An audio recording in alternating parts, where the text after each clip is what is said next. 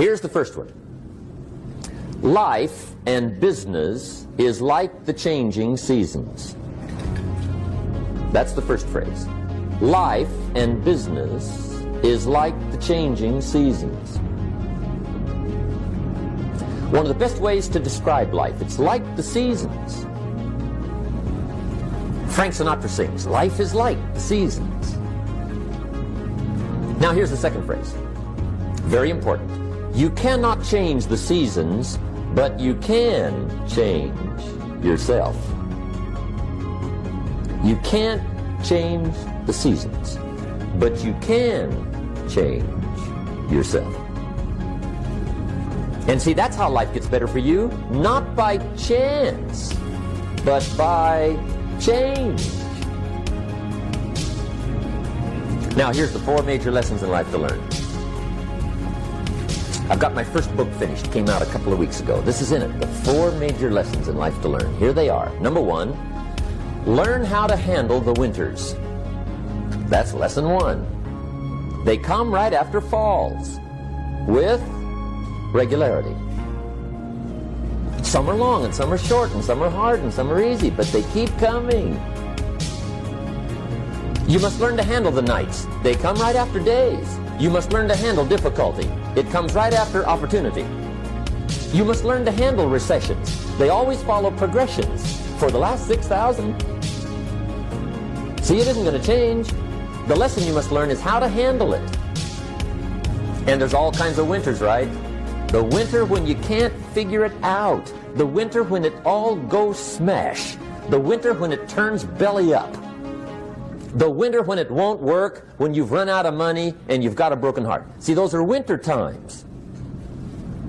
There's all kinds. Economic winters, social winters, personal winters. When your heart is smashed in 1,000 pieces and the nights are unusually long, your prayers seem to go no higher than your head. It's winter time. Barbra Streisand sings, "It used to be so natural to talk about forever, but used to be's don't count anymore. They just lay on the floor till we sweep them away. You don't sing me love songs, and you don't say you need me, and you don't bring me flowers anymore." A song of winter. But see, the disappointments come. Those are normal. That's part of life. But the question is, how do you handle it? How do you handle the coming winters and the disappointments and the down times? Well, you can't get rid of January by tearing it off the calendar. But here's what you can do. You can get stronger, you can get wiser, and you can get better. The winters won't change, but you can. And that's how life changes for you. See, before I understood, when it was winter, I used to wish it was summer. I didn't understand.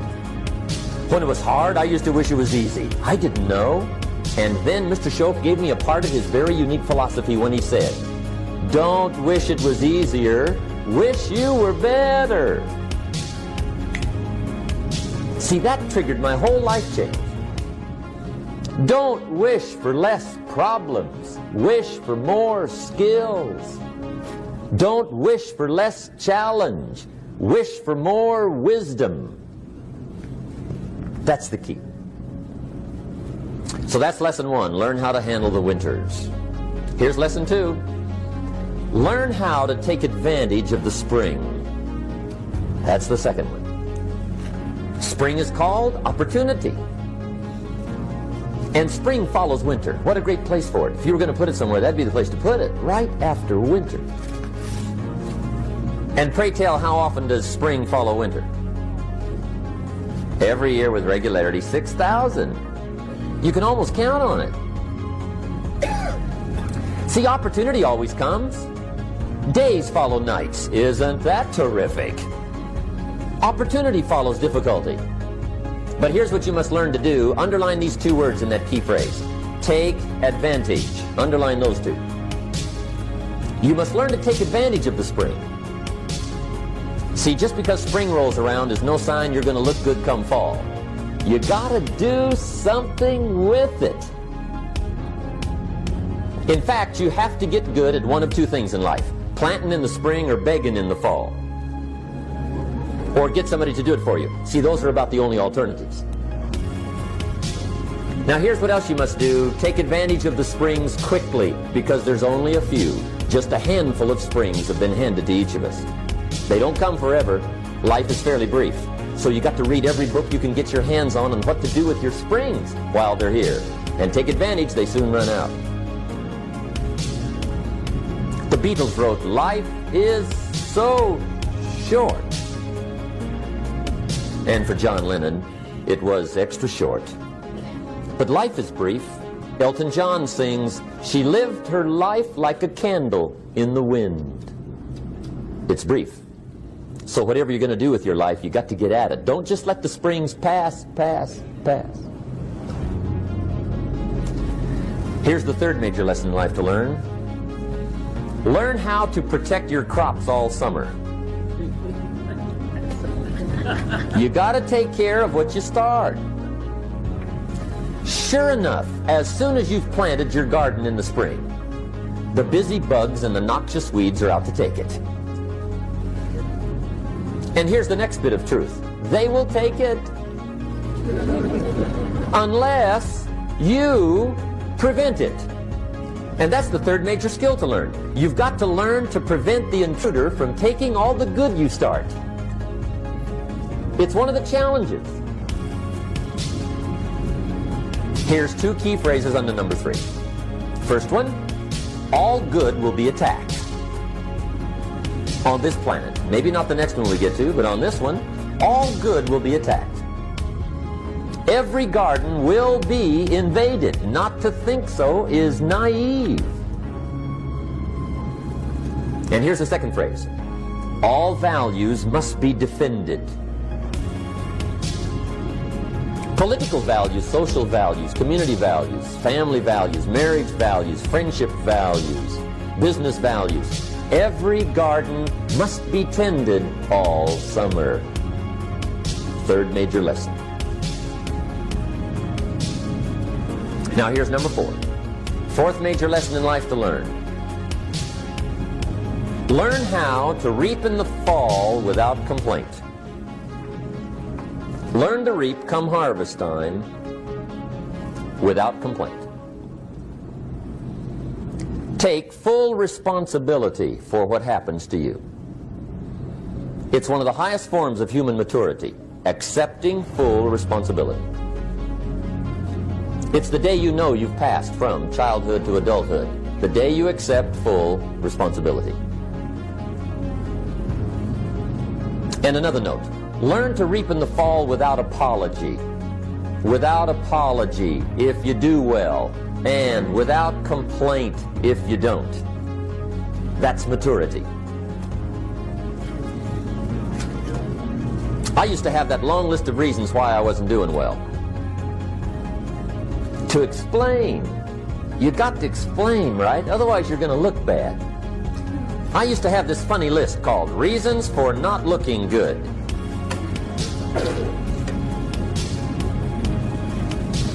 I used to blame the government.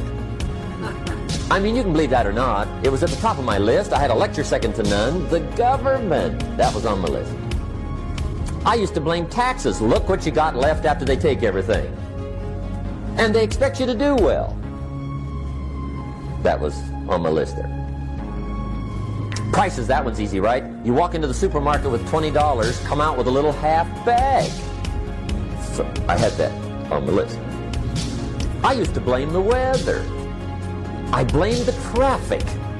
I used to blame my car. I blamed the manufacturers.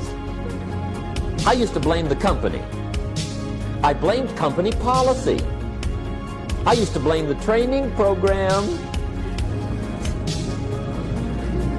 I blame my negative relatives. They were always putting me down.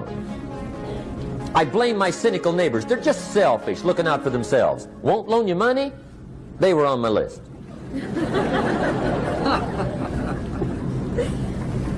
I used to blame the economy. I blamed the community. That's a pretty good list for not doing well, isn't it? I thought it was good. I'll never forget one day, Mr. Schoaf was very kind, but he was also very blunt. And this was no exception. And I'm glad he was blunt. There's a lot of things I'd have missed if he hadn't have been blunt. One day, with sort of a curious look on his face, he said, "Jim, just out of curiosity, tell me, how come you haven't done well up until now?" Excellent question. I thought, well, so I won't look too bad, I'll go through my list. And this list I just gave you, I put that on him. And he was very patient. He let me go through the whole thing, the government, the weather. I went through this whole thing. When I finished, he looked my list over very carefully. He said, "Mr. Rohn, big problem with your list. You ain't on it." How brilliant.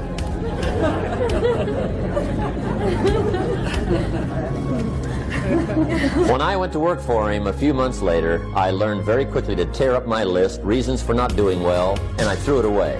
And I got me a fresh piece of paper. And I put one word on it. Me. There's a Black Heritage spiritual that says, "It's not my mother nor my father, nor my brother nor my sister, but it's me, oh Lord, standing in the need of prayer." See, I used to blame everything outside. And then let me give you a little philosophy to help turn my life around. For your notes, here it is. It's not what happens that determines the quality or the quantity of your life. It's not what happens. And the reason is because what happens to about everybody. No different. The sun went down on all of us last night. A common event, a happening. And I found out that the same things can happen to two different people. One gets rich and one stays poor. Why is that? It's because it's not what happens, but rather it's what you do that changes everything. So that's a key phrase. It's not what happens, it's what you do. What happens is about the same. You might put that in parentheses here. Same. What people do, that's what's different. Anything can happen, right? Everything can happen. I've heard all the stories. I've been one of the stories. Hey, we could all tell stories all night long, right? Happenings.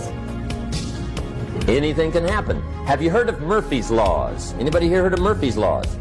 Okay, most of you have. Murph had these laws. One of them was, if anything can go wrong, it will. That's one of Murphy's laws. He was not one of the great positive speakers of the day. But anyway, it's still true though, right? Anything can go wrong, everything can go wrong.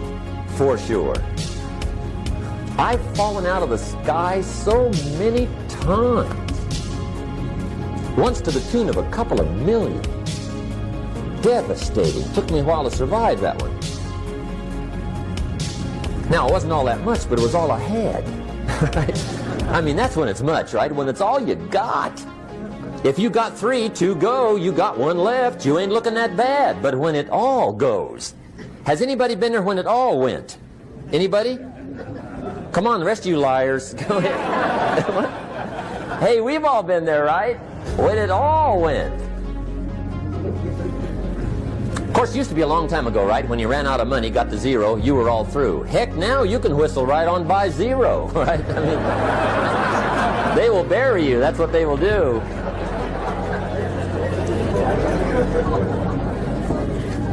But see, those are the happenings, right? Everything can happen. Anything can happen. But it's not the happenings. It's what you do about it. Somebody says, yeah, but you don't understand the disappointments I've had. Come on. Everybody's had their share. Disappointments are not special gifts reserved for the poor. Everybody has them. The difference is what you do about it. It's not the weather. I used to blame the weather, and I discovered it rains on the rich. So see, that won't help. 2 men wake up one morning, there's a rainstorm on. One of them looks out his window, sees the rainstorm, and he says, wow, what a storm. With weather like this, they can't expect you to go out and make sales. he stays home. Same morning, the other guy looks out his window, sees the same storm, says, "Wow, what a storm." But he says, "You know what, with weather like this, what a great day to go out and make sales. Most everybody will probably be home, especially the salesman."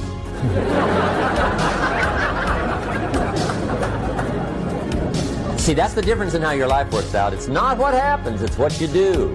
So here's one of the key questions of the evening. Starting tomorrow, what are you going to do that'll make a change in your life's direction? Good question. What are you going to do starting tomorrow that'll make a difference? Now see, if you don't do something starting tomorrow that'll make a difference, guess what? It's gonna be the same. And see, that way you can guess what the next 5 years are going to be like. Look at the last 5. Because the next 5 are going to be like the last 5 unless you, major key, tomorrow, change it all. Or change a little, or change something, or don't change. It's choice time. You can do whatever you want. But it's nice to know any day you wish you can change your whole life. What can you do starting tomorrow that'll make a difference? Good question.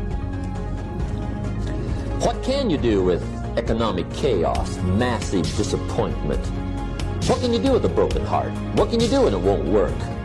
Good question. So if I had a word with you tonight, one-on-one, just you and me, I think my personal advice to you would be, this year, 1981, reach down inside of you and come up with some more of those remarkable human gifts. They're there, waiting to be utilized. And then change anything for you you want to change. And I challenge you to do that because you can change. If you don't like how it is for you, change it. If it doesn't suit you, change it. If it doesn't please you, change it. If it isn't enough, change it. And I challenge you to do that because you can change. See, you don't ever have to be the same again after tonight, only by choice.